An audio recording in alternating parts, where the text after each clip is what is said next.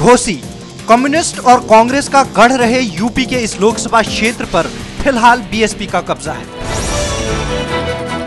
18 लाख से ज्यादा मतदाता वाले घोसी लोकसभा क्षेत्र में 5 विधानसभा सीटें आती हैं। यहाँ 2012 के विधानसभा चुनाव में इनमें से 2-2 सीटों पर समाजवादी पार्टी और बहुजन समाज पार्टी जीती, जबकि एक सीट पर निर्दलीय का कब्जा है।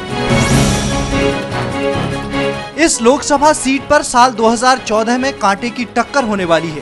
बीएसपी ने अपने मौजूदा सांसद दारा सिंह चौहान पर फिर से दांव लगाया है, जबकि समाजवादी पार्टी से राजीव राय मैदान में है। वहीं सीपीआई के दिग्गज अतुल अंजान भी यहां से ताल ठोक रहे हैं। नजरें अब कांग्रेस और बीजेपी पर हैं, जिनके उम्मीदवारों का ऐलान बाकी है। दशकों से विकास की राह ताक रहे घोसी लोकसभा क्षेत्र का मुख्य चुनावी मुद्दा भ्रष्टाचार और विकास है। ऐसे में देखना दिलचस्प होगा कि घोसी इस बार किसे अपना सरताज बनाता है।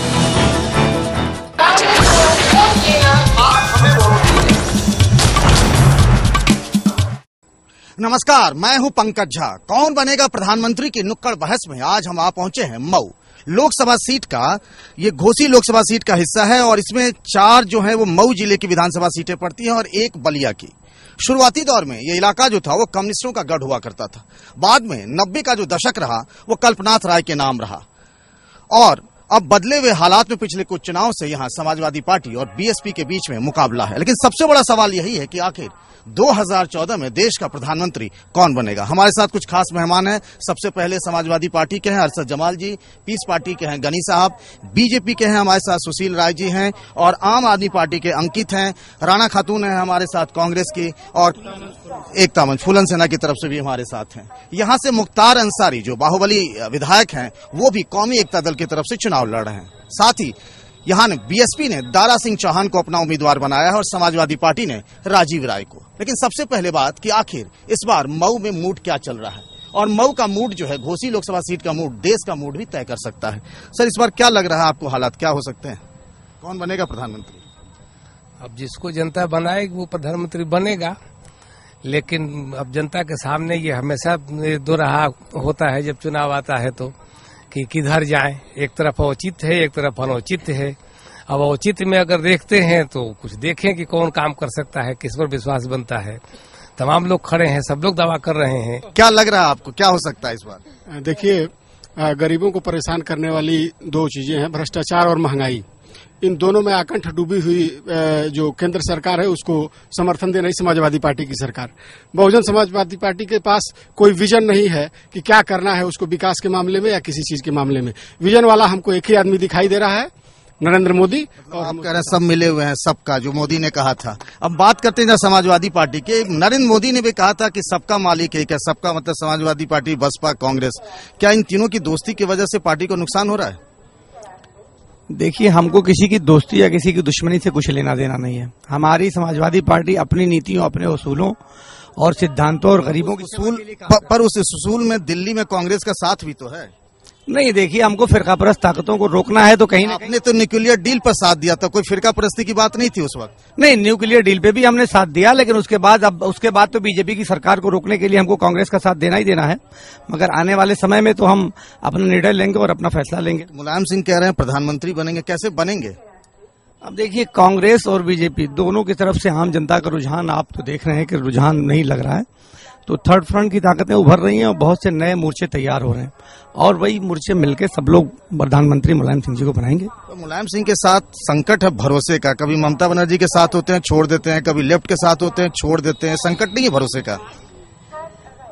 भरोसे का संकट मुलायम सिंह के साथ है। मैं तो नहीं समझता कि मुलायम सिंह से ज्यादा विश्वास पात्र कोई इस देश में नेता है। साथ होने का मुलायम सिंह जी जो कहते हैं वो करते हैं। उनकी नीतियों में और उनकी जुबान में कभी कोई फर्क देखने को मिला ही नहीं। चलिए, तीसरी मोर्चे की कवायद तो शुरू हो गई। हालांकि चौथा मोर्चा भी पिछले चुनाव में बना था लालू यादव के साथ। ये पीस पार्टी आई और फिर कहीं जा रही है, कुछ समझ में नहीं आ रहा मामला। नहीं, बिल्कुल नहीं। पीस पार्टी 4.25 साल पहले स्थापित हुई थी। उसके ठीक 4.25 साल के बाद हमने विधानसभा का चुनाव फेस किया। आपको पता होगा कि 4 लोग कहते हैं वोट कटवा पार्टी रह गई है। नहीं, वोट कटवा पार्टी है। इनसे ये भी पूछिए कि हम किसका वोट काट रहे हैं। सपा को नहीं लगता वोट कटवा पार्टी है? नहीं, इन लोग कोई मतलब नहीं है। देखिए, पीस पार्टी हो गई, चाहे इस तरह की जितनी पार्टियां हैं वो तो सब कहीं न किसी बड़ी पार्टी के इशारे पे काम कर रहे हैं। इनका अपना कोई अस्तित्व नहीं, ना अपने लिए नहीं लड़ रहे हैं, दूसरों के लिए लड़ रहे हैं। आपको क्या लग रहा है कि लोगों ने कहा मोदी के लिए, लेकिन मऊ और आसपास के इलाके में बीजेपी तो दिख ही नहीं रही पिछले कई चुनाव से। देखिए, यह सही है कि बीजेपी घोसी लोकसभा में अब तक चुनाव नहीं जीती है, लेकिन आज पूरे देश के अंदर जो लहर चल रही है, कौन सी लहर पैदा हो गई? और नरेंद्र मोदी ने देश की जनता का जो विश्वास जीता है, नरेंद्र मोदी ने जो कहा है सो किया है, इस कारण दुनिया की, इस देश की जनमानस का विश्वास नरेंद्र मोदी पर कायम है। और आने वाले लोकसभा चुनाव में घोसी लोकसभा क्षेत्र में भारतीय जनता पार्टी निश्चित रूप से चुनाव, बीजेपी के नैया मोदी के हाथ में है। ठीक है, आम आदमी पार्टी बताइए, आपकी तो दिल्ली में ही हलचल बहुत गड़बड़ चल रही है, क्या करेंगे? ऐसा है सर कि हम लोग मोदी की राजनीति नहीं करने आए, हम लोग मुद्दों की राजनीति करने आए हैं। और ये लोग मुद्दों की राजनीति नहीं करती कोई पार्टी? नहीं। और हम लोग और सभी लोग परिवर्तन चाहते हैं, और परिवर्तन में सभी लोग साथ भी दे रहे हैं, और हमारे साथ बहुत ज्यादा से ज्यादा लोग और वॉलंटियर्स जुड़े हैं। चुनाव के बाद आप किसका साथ देंगे, किसका साथ लेंगे? हम लोग किसी का साथ नहीं देंगे सर। कांग्रेस के साथ? हम लोग नहीं हम लोग किसी के साथ, कांग्रेस के साथ में समस्या खड़ी होती है। कांग्रेस के राणा खातून जी, ये बताइए कि कांग्रेस का क्या चल रहा है? कांग्रेस का हिंदुस्तान की आजादी से लेकर आज तक चलता ही जा रहा है। अभी तो 4 राज्यों में चुनाव हुए, कांग्रेस बिल्कुल फिसल गई। नहीं, वो ठीक है, वो जनता की सोच है। और ये चूंकि लोकतंत्र है, जनता के द्वारा इलेक्शन होता है, जनता के द्वारा सरकार बनती है, जनता के लिए बनती है, जनता की सरकार बनती है, तो ये जनता को अधिकार है, वो कुछ भी कर सकता है। ये जो 9 से 12 सिलेंडर हुआ, आपको नहीं लगता बहुत देर से हुआ फैसला है? जी नहीं, बिल्कुल देर से नहीं हुआ। मैं जरा पूछ लूं कि अभी जो ये 9 से 12 सिलेंडर हुआ, आप लोगों को क्या लगता है, ये फैसला चुनावी है या स्टंट है? क्या है ये फैसला? नहीं सर, चुनावी स्टंट है। यहाँ से मुख्तार अंसारी जो है बाहुबली विधायक, जो जेल में बंद है, वो भी चुनाव लड़ रहे हैं। ये कौमी एकता दल का क्या मामला है? मैं किसी को प्रधानमंत्री बनाने नहीं आया हूँ, मैं खुद प्रधानमंत्री का दावेदार हूँ, और एकता मंच के घटक दल फूलन सेना का मैं अध्यक्ष हूँ। मैं खुद अम्बेडकर नगर लोकसभा से। आपको मुख्तार अंसारी के अलावा और कोई उम्मीदवार नहीं मिला यहाँ? मुख्तार अंसारी यहाँ से सदर विधायक हैं, और घटक दल के एक बुनियादी, पिछली बार बसपा में भी थे, वो रहे होंगे। जब बसपा को लोगों ने देख लिया, सपा को देख लिया, बीजेपी कांग्रेस को देख लिया, जब वंचित समाज और वंचित जाति के लोगों का, कौमी एकता दल जो है एक वंचित समाज की बात कर रही है। आप समाजवादी पार्टी से हैं जी, बताइए क्या लग रहा है इस बार कि मुलायम सिंह रेस में दिख रहे हैं? एकदम पहले स्थान पे हैं। रेस में क्या है, किसके साथ देख रहे हैं? उनका प्रदेश है, जनता उनके साथ है। 80 सीटों पर ही तो है मुलायम सिंह। अरे भाई, जब 30 सीट लेकर के कोई प्रधानमंत्री बन सकता है तो मेरे पास तो 80 सीटें हैं। साथ किसका लेंगे आप? हमारे पास जो है तीसरा मोर्चा, गैर कांग्रेस, गैर भारतीय जनता पार्टी की इस बार सरकार बनेगी हिंदुस्तान के अंदर। पिछली बार चौथा मोर्चा भी बनाया था आपने, इससे पहले भी कई लोगों के साथ रहे थे। इस बार मजबूत मोर्चा बना है। आपको नहीं लगता कि सपा को पहले ही समर्थन वापस ले लेना चाहिए था यूपीए 2 से?